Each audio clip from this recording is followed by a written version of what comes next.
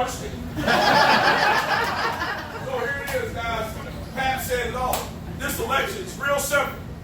This election has boiled down to two things. It's boiled down to lies and the truth. Who's telling the lies? I'll tell you who's telling the lies. Josh Stein is telling the lies.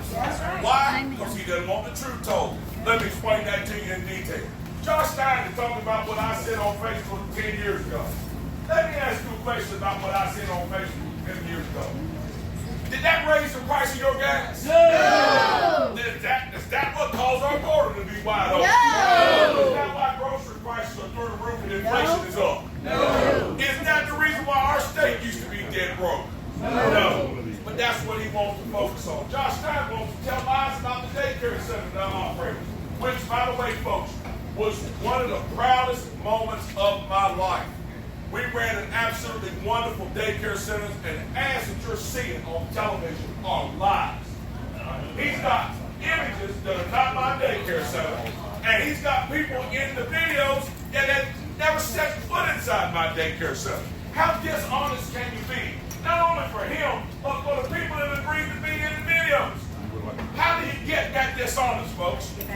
You get that dishonest by being an extra. And why is he desperate? Here it is.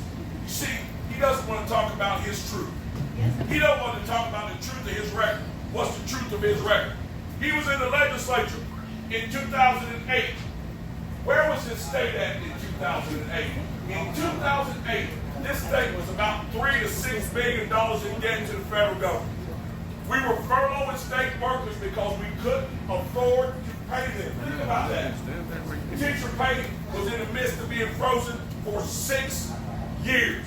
And you had, now Democrats had the House, they had the Senate, and they had the governor's mansion. What did you have?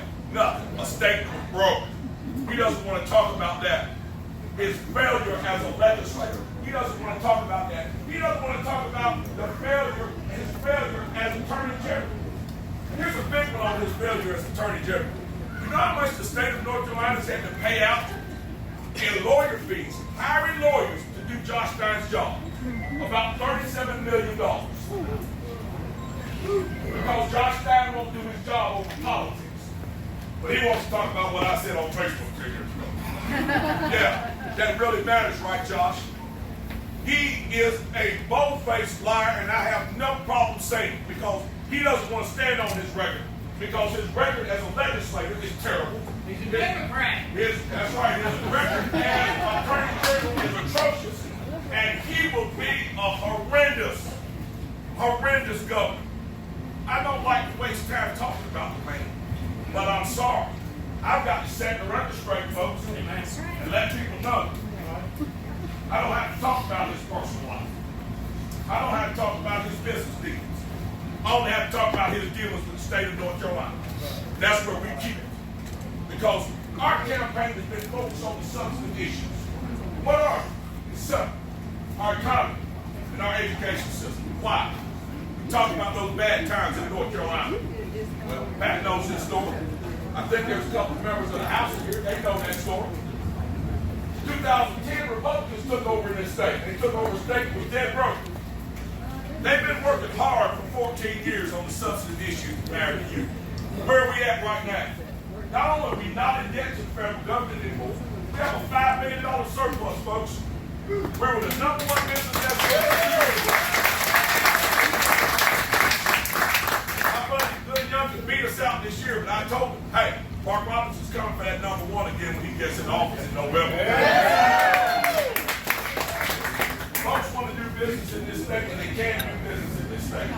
Because conditions have been set so that everybody, whether you're a Republican, Democrat, Independent, it doesn't matter. You can make a great living in this state, but here's the problem. The problem is a lot of times it depends on where you stand in this state. We've got to stop that, folks. We've got to start a process in this state right now where we build an economy that spans from Murphy to Measure. So no matter where what your zip code is, you can make a great living right where you stand. And we can do it now. The legislature has set the conditions for growth. We got to make sure that it takes off.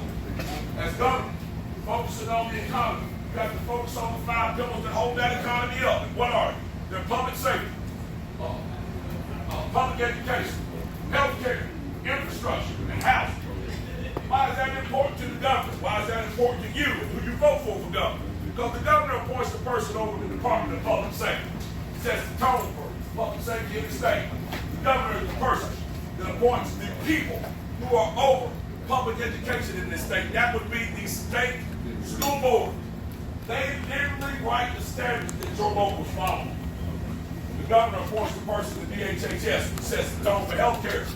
The governor appoints the people, the DOT and DEQ, agencies that are largely responsible for our infrastructure and for our housing industry. The governor plays a crucial role here, folks.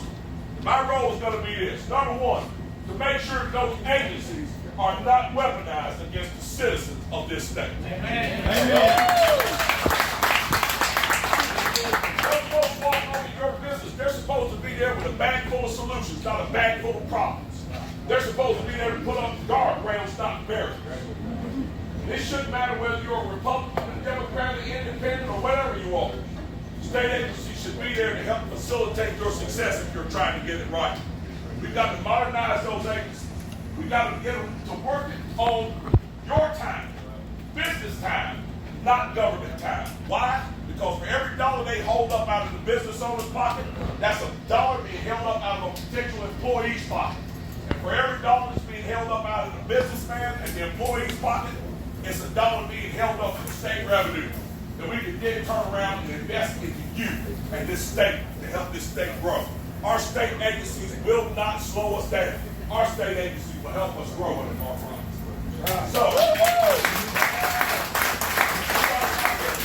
I heard somebody say we got to get our schools right. You're darn right we got to get them right. Yes. The worst statistic in this state right now, folks, is this. $33.1 billion is our state budget. We spend 61% of it on public education. And statistically speaking, K through 12 students in this state can't read on grade level.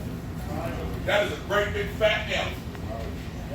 And it's not the fault of our teachers. It's not. Teachers did not create the situation that they're working in. They're simply struggling. They're not paid well. They're not respected. They're not protected.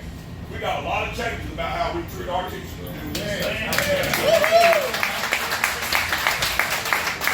The state education bureaucracy that's bloated, disjointed, and does not play well with us. We got to make changes there, folks. Because we got to get back to classical education in this state. We got to get back to reading, writing, and mathematics. We got to get rid of CRT. We got to get rid of DEI. We got to get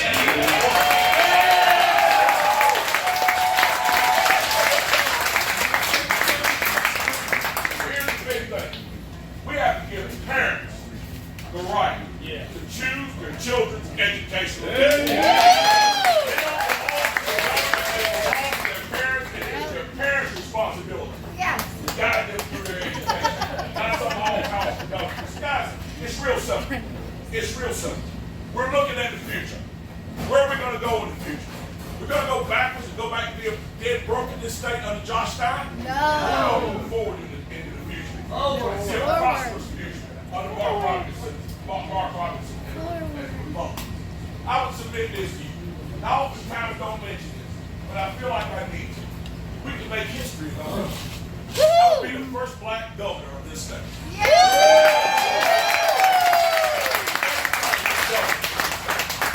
We'll make history in this state. So I will say it to you like this. We have a chance to avoid repeating history with Josh Stein. We have a chance to make history with Mark Robinson.